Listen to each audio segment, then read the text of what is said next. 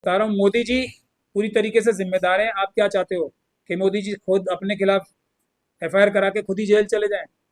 सब कुछ किया धरा मोदी जी की निगरानी में और मोदी जी के वरदस्त से हुआ है। ये बात कहने की जरूरत लोगों में नहीं है, ये प्रॉब्लम है। तो इसीलिए कोई कार्रवाई नहीं होगी, मुंह दिखाई होगी, मुंह दिखाई हो रही है, कुछ नहीं होगा जब तक मोदी जी इसमें मुलजिम नहीं बने। ये चोरी जो हुई है क्या इसमें नरेंद्र मोदी जी का हाथ है, प्रधानमंत्री का मैं हाथ तो सारी बातें यही कह रहा हूँ।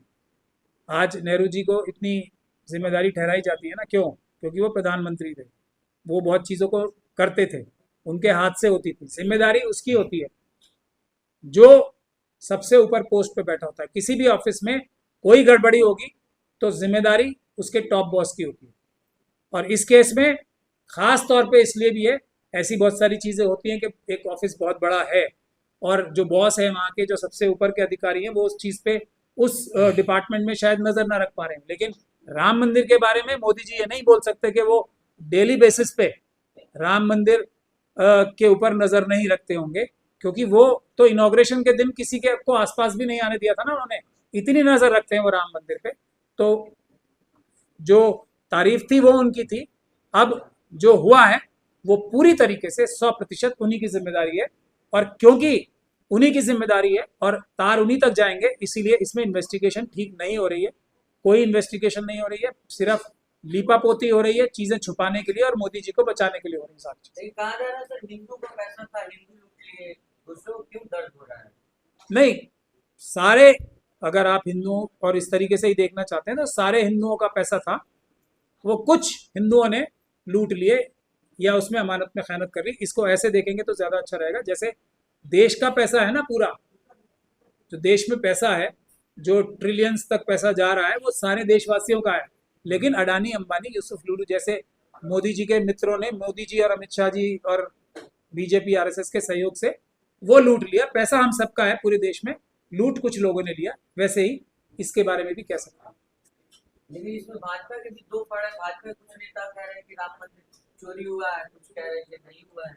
नहीं, कोई दो फड़ नहीं है, ये सब आप लोगों को बेवकूफ बनाने की बात है। सब एक ही हैं, वरना कुछ ताकत से कुछ काम करते हैं ना। मुंह दिखाई तो सभी लोग कर ही रहे हैं। मोदी जी का नाम ले रहा है कोई भी धड़ा? नहीं ले रहा ना। पूरी तरीके से जिम्मेदारी मोदी जी की है। जब तक कोई उनका नाम नहीं ले रहा तो उसके ऊपर आपको शक ही करना चाहिए। साधु संत सबको मारेंगे। मोदी जी गोली चलवा देंगे, टैंक चलवा देंगे, कुछ झूठे इल्जाम लगा के जेलों में भर्ती करा देंगे, उनके जो छोटे छोटे अखाड़े हैं उन पे ईडी की रेड करा देंगे। आप क्या सोच रहे हो? ये सब के लिए तैयार हो जाएं। हाँ, जो सच में सच में राम भक्त होंगे उनको आगे आना चाहिए। लाठियां, गोलियां, ट्रैंक या टैंकर या बुलडोजर सब झेल के भी जो उनकी आस्था को ठेस पहुंचाई गई है जान के, पैसे के लालच में, उसके लिए उनको सामने आना चाहिए। हम लोग उनका साथ देंगे, इस मामले में हम उनका साथ देंगे, ये मेरा वादा है। सर, अयोध्या के साथ कल अत्रि महाराज जो संत है वो कह रहे हैं कि जब मुसलमान के घर में बुलडोजर चल जाता है तो इसमें जो शामिल हिंदू है उनके घर में क्यों नहीं चल रहा है इनकाउंटर उन लोगों का? हिंदू मुसलमान से फिर इसको आप जोड़ेंगे तो वो नुकसान वो की कह बात। रहे हैं मुसलमान थे रहते तब तक बुलडोजर चल जाता। वो अच्छी बात नहीं होती ना बुलडोजर चलाने। मोदी जी के घर पे बुलडोजर नहीं चलाना है। अभी भी मैं बोल रहा हूँ, मोदी जी के घर पे भी हालांकि उन्हीं की सारी जिम्मेदारी है, लेकिन बुलडोजर नहीं चलाना है। उनको जेल जाना चाहिए, उनके खिलाफ इन्वेस्टिगेशन प्रॉपर होनी चाहिए, उनके खिलाफ मुकदमा चलना चाहिए, बिल्कुल निष्पक्ष मुकदमा चलना चाहिए। उसके बाद उनको उम्र कैद होनी चाहिए। ये है भारत का कानून। भारत के कानून से डिगना नहीं चाहिए।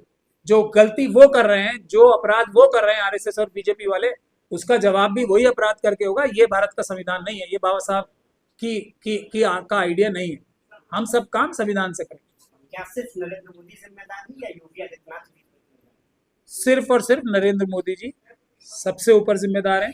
अगर नरेंद्र मोदी जी की नहीं चल रही कहीं तो वो साफ बता देंगे। मुझसे बड़े योगी जी हैं, उन्होंने मेरी बात भी नहीं सुनी। मैं चोरी रोकना चाहता था, उन्होंने फिर भी चोरी कर ली, तब एक अलग बात है।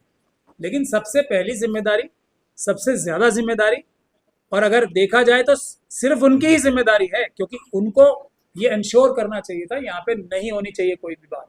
अभी तो इस बात के भी सबूत साफ नहीं है कि उनका भी हिस्सा मिला था या नहीं मिला था। ये भी तो इन्वेस्टिगेशन से पता लगेगा कि इतना बड़ा, जो मैं 1 लाख करोड़ की बात कर रहा हूँ, जो घपला हुआ है, आज से नहीं हो रहा है, कई सालों से हो रहा है। तो उसमें क्या सिर्फ मोदी जी ने दूसरी तरफ ही देखना शुरू कर दिया था, या उनका भी कुछ हिस्सा था? इसकी भी इन्वेस्टिगेशन होगी, जब भी तो पता लगेगा। लेकिन लोग सर आरएसएस को भी आरोप लगा रहे हैं कि आरएसएस का भी यहाँ पे मोदी जी किसके सबसे बड़े नेता हैं इस समय? आरएसएस के ही तो हैं। तो वो जब सबसे बड़े नेता है तो सबसे बड़ा हाथ भी उन्हीं का होगा ना। बुनियादी बात यही है हमारे देश में कि इधर उधर की बातें करने लगते हैं, हम मुद्दे की बात नहीं करते। आरएसएस के सब लोग इन्वॉल्व हैं, जो सड़कों पे आके इसका बड़ा आंदोलन नहीं कर रहे, वो सब लोग इन्वॉल्व हैं, क्योंकि उनकी आस्था को या भावनाओं को ठेस ही नहीं पहुंची अभी भी। अब भी जिसको ठेस नहीं पहुंच रही वो जिम्मेदार है। कह रहे हैं कि आरएसएस बीजेपी ने जो है जहाँ में अपना एक दुकान खोला है जहाँ से उनकी कमाई हो रही है। सब जगह देश में कौन सी ऐसी जगह है जहां उन्होंने लूट का बाजार गर्म नहीं कर रखा है? दुकान तो एक बहुत ही रिस्पेक्टेड शब्द है। लूट, डकैती के सेंटर्स, अमानत में खयानत के सेंटर्स हर जगह खुले हुए हैं। एयरपोर्ट पे अडानी जी बैठे हैं, सब जगह क्या है? लूट का सेंटर ही तो है। जाओ आप एयरपोर्ट पे, पता लगेगा आपको। किसी पोर्ट पे चले जाओ, आपको पता लगेगा। पेट्रोल में आपको पता लग ही रहा है। हर पेट्रोल पंप को लूट का अड्डा बना दिया ना मोदी जी और अमित शाह जी ने, गडकरी जी ने, सबने मिलकर। लूट ही हो रही है ना वहां पे। इथेनॉल इसलिए आया था कि 25 रुपए लीटर बिकेगा, कि जिसको अपनी गाड़ी तबाह करनी है वो 25 रुपए का पेट्रोल खरीदे, इसलिए आया था ना। अब 100 रुपए का जो दुनिया भर में रेट है वो रेट है, लेकिन है 25 रुपए की चीज। 75 रुपए की लूट हर पेट्रोल पंप पे हो ही रही है ना, खुलेआम हो रही है। जहां भी आरएसएस और बीजेपी का कोई भी जगह होगी वहां लूट, मतलब वहां अंडरस्टूड है, वहां लूट की एक सिस्टम, एप्स्टीन मानसिकता का सिस्टम वहां बैठा हो। जब से ये चंदा चोरी का मामला आया है तब से वहाँ पे लोगों की जो भीड़ है वो कम जाने लगी है। चोरी नहीं, अमानत में खयानत। उम्र कैद और कुछ साल की सजा में फर्क आपको समझना चाहिए। भीड़ कम या ज्यादा की बात ही नहीं है। देखिए, कोई उससे किसी की आस्था कम नहीं हो जाएगी, क्योंकि गलती डेटी की नहीं है ना। गलती तो उनकी है जो इतने बड़े गद्दार हैं, जो अपने सबसे बड़े आराध्य के साथ ही ये अमानत में खयानत कर सकते हैं। गलती उनकी है। लोगों की भावना सिर्फ इतनी होनी चाहिए कि कोई अच्छा, पैसे भी अगर देने हैं तो पहला काम जो मैंने बताया ना आपको अभी, जो ट्रस्ट बनने चाहिए। मोदी जी अपॉइंट नहीं करने चाहिए, नेहरू जी को अपॉइंट नहीं करना चाहिए। नेहरू जी भी कर रहे होंगे ना ऊपर से बैठ के भी बहुत सारे ट्रस्ट में, उनको अपॉइंट नहीं करना चाहिए। इलेक्शन से अपॉइंट होने चाहिए और सबकी ट्रांसपेरेंटली, पारदर्शिता से सब चीजों का सब काम लाइव स्ट्रीम होना चाहिए, ताकि पूरी दुनिया देखे। और सजा इतनी भयानक होनी चाहिए कि कोई जुर्रत ना करे। कम से कम ऐसी रिस्पेक्टेड जगहों पे तो ऐसी कोई हिम्मत ना करे, जुर्रत ना करे। बाकी सब जगह तो आरएसएस और बीजेपी लूट ही रही है, कम से कम ऐसी जगहों पे छोड़ दे। और ये देख लीजिए, जो मुसलमानों के जो इदारे बैठे हैं ना, वहां जो भी ज्यादातर लूट कर रहे हैं वो भी आरएसएस और बीजेपी के कार्यकर्ता रूप में ही बैठे हैं। वो हमारे उलमाए सूफी, वो भी एक जैसे ही है, मतलब उनमें कोई फर्क नहीं। 27 के चुनावों में फर्क पड़ेगा इसका? मेरे ख्याल से तो नहीं पड़ेगा कोई भी फर्क, क्योंकि चुनाव तो ईवीएम से होंगे तो बिल्कुल नहीं फर्क पड़ेगा। आप कुछ भी करते रहो। अगर पेपर बैलेट से होंगे तो इस मुद्दे की भी जरूरत ही नहीं है। वैसे ही लोग बीजेपी और आरएसएस से नफरत करते हैं। ये सीधी सीधी सी, आप जितनी बार ये सवाल मुझसे जितनी भी बार घुमा फिरा के पूछोगे, जवाब एक ही आएगा। आरएसएस और बीजेपी से देश के हर व्यक्ति, कम से कम 95% से ज्यादा लोग नफरत करते हैं। ऑपोजिशन पार्टियों से नाराज, ये बात तय है, क्योंकि ऑपोजिशन पार्टीज ने भी देश की जनता को और देश को एक बड़ा धोखा दिया है ईवीएम की लड़ाई को छोड़।